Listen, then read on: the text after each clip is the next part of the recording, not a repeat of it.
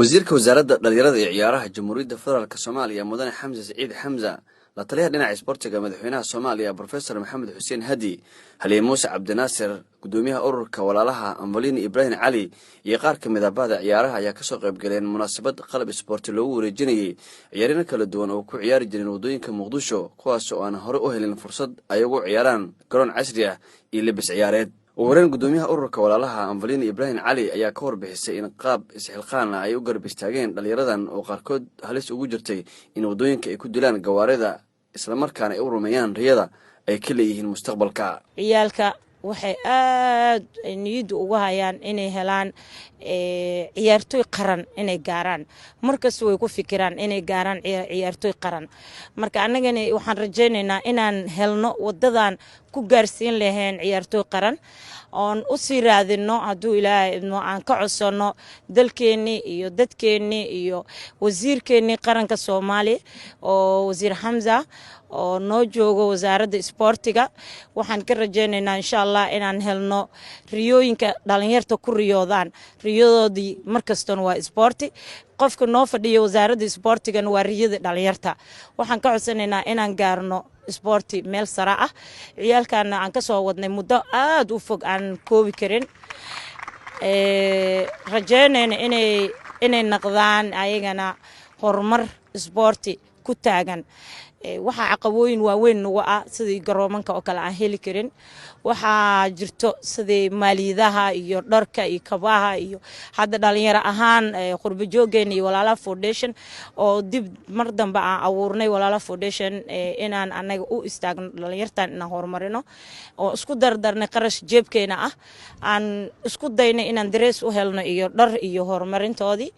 marka waxaan rajaynaynaa insha Allah inaan garab weyn uga helno qof kasto isboortiga qaabilsan gaar ahaan wasaaradda isboortiga Professor Maxamed Xuseen Hadi la taliyaha isboortiga ee madaxweynaha jamhuuriyadda federaalk Soomaaliya ayaa isna goobta ka hadlay waxaana uu sheegay dareen ahaan inay ka warqabi doonaan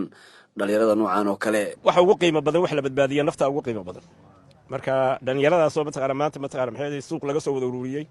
oo meesha aad arkaysaa maxay kawaanka malayga agtiisa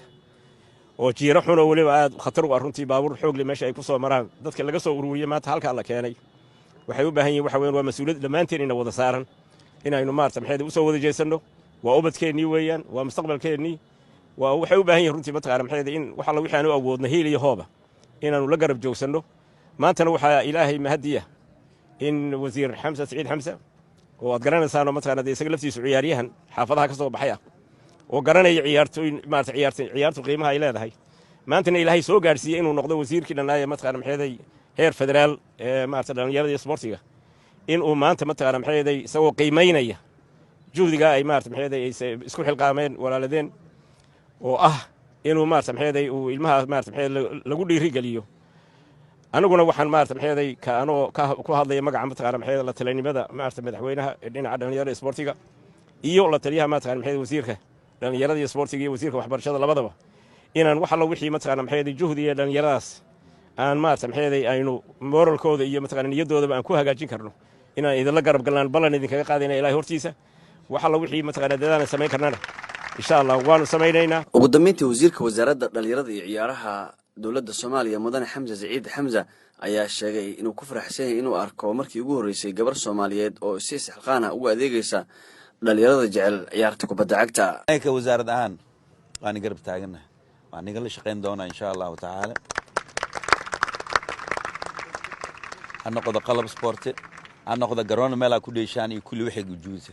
حرجينا مستقبل قدام بين المهن مارت إنك صباح أنا كبيران كواحد نادي وين هذا نقرن كيوديلان ما كشاف في عنا محل ليه لا قبلها كلنا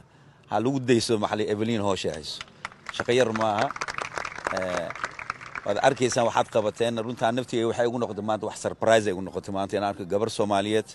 والله شقيني سدان يركل أي قدومية نادي سعادة waxyaabaad qaban weysiin wax yar ma aha ilmahan dad ku guuleysatay in ajidkaas ag soo wadaan isku keenta meel ku dheelan waa guul fiican insha Allah wax weyn aad ka qaban doontaan waa guuleysan doontaan ilaa assalamu alaykum wa rahmatullahi